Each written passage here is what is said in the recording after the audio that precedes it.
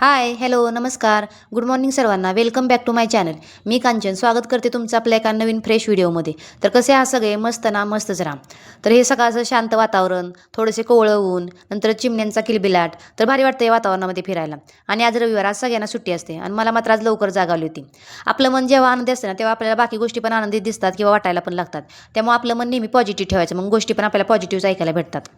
रविवारचे सकाळ, सुट्टीचे दिवस म्हणजे बाहेरची कुठे धावपळ नसते किंवा सकाळची ऑफिसची घाई नसते, डब्याची घाई नसते, त्यामुळे भारी वाटतं मग सकाळ सकाळी. आणि माझी सर्वात आवडती जागा म्हणजे टेरेस. तर मला कधी असं एकटं वाटत असेल किंवा टेन्शन आल्यासारखं वाटलं ना, मग मी टेरेसवरतीच येते. आणि आता ऑफिसमध्ये स्टेप चॅलेंज पण चालू आहे आणि संध्याकाळी वन टाईम कंप्लीट होत नाही मग स्टेप. तेव्हा म्हटलं सकाळी अर्धा तास चालूया आणि इथं अर्ध कंप्लीट करूया, मग संध्याकाळी थोडंफार चालता येतं मग. तर मस्त सकाळचा सूर्योदय झाला होता, छान असा सूर्य पण वरती आला होता आणि हा सूर्यप्रकाश डायरेक्ट प्रत्येक रूममध्ये येतो, त्यामुळे सकाळी सकाळी रूममध्ये सगळीकडे प्रकाश राहतो आणि फ्रेश वाटतं घरामध्ये. मग मस्त माझी आंघोळी झाली आणि छान असं रेडी झाले मग मी. तर सकाळी सकाळी आपण आपल्याला स्वतःला रेडी ठेवायचं, अपडेट ठेवायचं, म्हणजे दिवसभर पण आपल्याला फ्रेश वाटतं आणि काम करायला पण उत्साह राहतो मग. आणि सकाळचं लवकर उठलं ना, मग आपली कामे पण पटपट होतात आणि चिडचिड होत नाही मग. त्याच्यामुळे मग मी ठरवले की सुट्टी असली तरी सकाळचं लवकर उठायचं आणि कामे पटपट आवरून घ्यायची आणि आपल्याला वेळ पण भेटतो मग आपल्याला, म्हणजे जसं आपल्याला काम करायचं तसं मनासारखं मग. आणि हर्ष आणि अजून हे झोपलेच होते, त्यामुळे माझी कामे पण आता पटपट होतीलच. आजचा दिवस मी फक्त नाश्त्यासाठी किंवा बाहेरचा भाजीपाला आणायचा किंवा थोडीफार घरातील कामं ह्यासाठी ठेवते आणि बाकीची सगळी कामं मी शनिवारीच करून घेते. त्याच्यामुळे आपल्याला जास्तीत जास्त आज वेळ भेटतो किंवा मुलांसोबत घालवता येतो किंवा घरात फॅमिलीसोबत घालवता येतो. तर मस्त गरम गरम चहा केला आणि मी तर निवांत चहा पीत बसले. दररोज ऑफिसला खूप घाई असते, त्यामुळे मी तर कधी कधी उभं राहूनच चहा पिते, त्यामुळे निवांत आज चहा पीत बसली होती. तर मस्त बिल्डिंग खाली एक झाड होतं फुलांचं. ह्या झाडाचं नाव मला माहीत नाही, पण ह्या झाडाकडे बघितल्यानंतर एकदम मन प्रसन्न झालं आणि अशी फ्रेश फुलं असली ना, मला देवपूजा करायला पण खूप भारी वाटतं.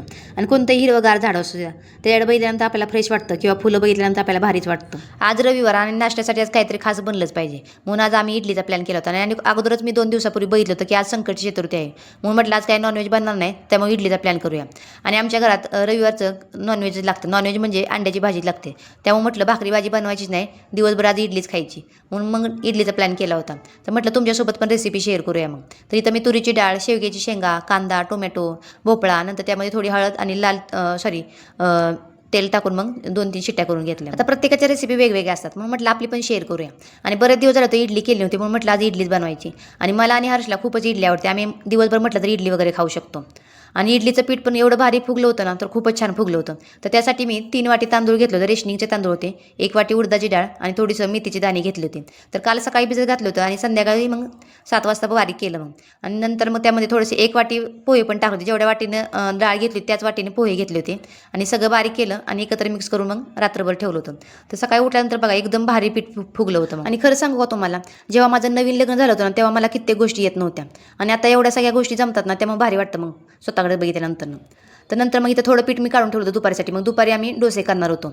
तर आता थोडं पीठ घेतलं होतं, मग त्याच्यात थोडं मीठ टाकलं आणि नंतर इडलीच्या भांड्यांना थोडं तेल लावायचं आणि त्याच्यामध्ये मग पीठ टाकून मस्त 15 मिनटं मग कमी गॅसवरती मग शिजवून घ्यायच्या.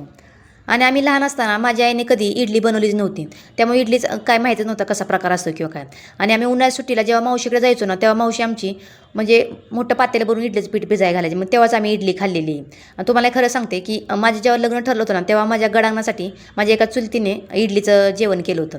तर तेव्हा इडलीचं इडली भांडं किंवा काहीच नव्हतं, मग तिनं तर फुलपात्रामध्ये पातेल्यात शिजवलं होतं. तर खरंच मला आता ते आठवलं की म्हणजे पहिले दिवस कसे होते मग. आणि खरं तर त्या दिवसामध्ये खूपच आनंद होता.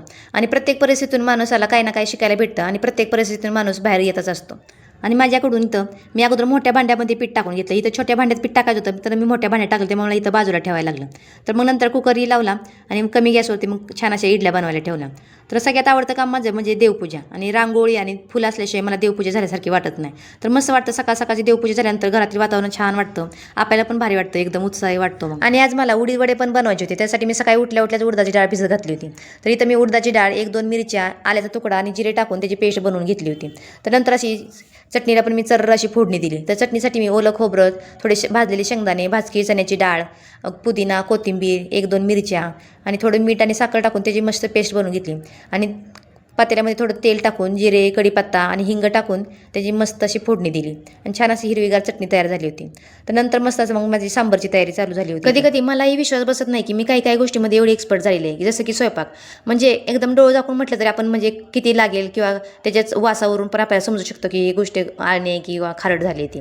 तर इथं मग सांबर करताना 2-3 चमचे तेल टाकलं, त्याच्यामध्ये जिरे मोहरी कढीपत्ता थोडं हिंग टाकून आणि थोडा ठेचलेला लसूण टाकायचा आणि मस्त परतून घ्यायचं. तर त्याच्यामध्ये नंतर हळद टाकली आणि इथं घरामधील जो आम्ही डेली भाजीसाठी मसाला वापरतो म्हणजे चटणी वापरतो ती 1-2 चमचे टाकली आणि छान असं परतून घेतलं. मग नंतर त्यामध्ये मग ही डाळ शिजवून घेतलेली थोडी घोटून घ्यायची म्हणजे मग सांबर पण एकदम दाटसर होतं. तर नंतर मग सगळी डाळी टाकायची आणि थोडा वेळ झाकून ठेवायचं म्हणजे फोडणी पण जास्त मस्त छान अशी बसते आणि वास पण मस्त येतो मग फोडणीचा. तर मस्त सांबर दिसत होतं, त्याच्यामध्ये अजून भरपूर पाणी ओतायचं म्हणजे लागेल तेवढं आणि छान असं मग मीठ टाकून थोडी चिंच टाकायची आणि कमी गॅसवर चांगलं शिजवून घ्यायचं मग. तर मस्त सांबरही तयार झालं होतं बघा. तर इथं मग मीठ टाकलं होतं त्याच्यामध्ये थोडी एक तुकडा चिंच टाकली आणि शिजायला ठेवलं आणि सांबर मसाला टाकायचा राहिला होता. आणि यांना सांबर प्यायला खूप आवडते, हे डोसे आणि सांबरच खूप खातात मग. आणि आम्ही कधी पण बाहेर गेलो ना मग नाश्त्यासाठी उत्तप्पा किंवा डोसाच मागवतो म्हणजे सांबर पण खायला भेटतं मग. तर आम्ही दोघं म्हणजे हर्षन माझं कसं आहे की आम्ही दोघं काही पण खाऊ शकतो, पण ह्यांचं जास्त कसं भाकरी भाजीवरच भर असतो. आम्ही म्हणजे कोणती पण गोष्ट खायची म्हटलं की नाही म्हणत नाही किंवा आमचं काही नसतं. तर नंतर मग इथं उडीद वड्यासाठी मग त्या पिठामध्ये थोडं मीठही टाकलं आणि उडीद वडे तळून घेतले. माझ्याकडून इथं त्याला आकार देता आला नाही, त्याच्यामुळे म्हटलं चला वडेच बनवूया. तर मस्त इडली पण शिजली होती, सांबर शिजलं होतं, मस्त असं सगळ्या घरामध्ये इडलीचा वास येत होता. तो पण हर्ष आणि हे पण उठले होते, मस्त असे रेडी झाले होते. खरं तर या गोष्टी करायला खूप वेळ जातो, पण या गोष्टी करण्यामागे काही वेगळाच आनंद असतो. म्हणजे आपण जेवढी मेहनत करतो त्यामुळे काही लोकांच्या चेहऱ्यावर हास्य येतं किंवा ते लोक म्हणजे वाट बघत असतात की आपण स्वयंपाक करतोय, कधी लवकर खायला भेटतंय. म्हणजे हर्ष सकाळी उठल्यापासून म्हणजे त्याचे 2-3 वेळा आला होता, 2-3 वेळा तो इडली खाऊन गेला. म्हणजे त्याला खूपच इडली आवडते. म्हणजे आपल्यामुळे एखाद्याच्या चेहऱ्यावर हास्य येतं की आपण म्हणजे काही गोष्टी करतो त्या म्हणजे एकदम त्यांना आवडत असतात. तर मस्त असं ताट तयार केलं आणि यांना नाश्ता करायला दिलं. आणि सकाळी सकाळी असा हेवी नाश्ता केल्यामुळे दिवसभर आपल्याला एनर्जी राहते आणि आपण फ्रेश राहतो आणि काम करायला उत्साही पण राहतो. आणि सकाळी अशी गरम गरम इडली खाताना घरचे पण खूप समाधानी असतात. त्यामुळे आपल्या मनाला वेगळंच समाधान असतं आणि किंवा आपल्याला आनंद पण भेटत असतो. आणि खरंच यांना आज खूप आवडलं होतं, म्हणजे सगळं असं खूप परफेक्ट बनलं होतं. तर ह्यांना पण एकदम भारी वाटलं होतं आज. आणि रविवारचा असा एकच दिवस असतो की आम्ही तिघं नाश्ता करायला एकत्र असतो. दररोज यांचं ऑफिस, माझं ऑफिस, हळची सकाळची स्कूल, त्याच्यामुळे सगळे वेगवेगळे वाटेल असतात. तर मस्त आज इडलीचा प्रोग्राम झाला होता, छान असा आम्ही मिळून नाश्ताही केला. तर या नाश्ता करायला. तर तुमचा काय बेत आहे नक्की कमेंट करून सांगा आजचा संडेचा. तर तुम्हाला जर आमचे व्हिडिओ आवडत असतील लाईक करायला, सबस्क्राईब करायला विसरू नका आणि कमेंट करायला पण विसरू नका. व्हिडिओ बघत राहा आमचे. तर रात्री झोपताना मी मेहंदी भिजत घातली होती. माझे केस जरा थोडे गळत पण होते आणि थोडे असे राड झाले होते. तर मेहंदीमध्ये मस्त मी शिकाकाई पावडर, मेथीदाणे, जवस, कोरपड हे सगळं टाकलं होतं. रात्रभर भिजत घातलेली लोखंडी तव्यामध्ये. तर नंतर मग नाश्ताही झाला आणि मस्त मेहंदी लावून घेतली. तर चला भेटूया नेक्स्ट ब्लॉगमध्ये. तोपर्यंत व्हिडिओ बघत राहा, लाईक करत राहा.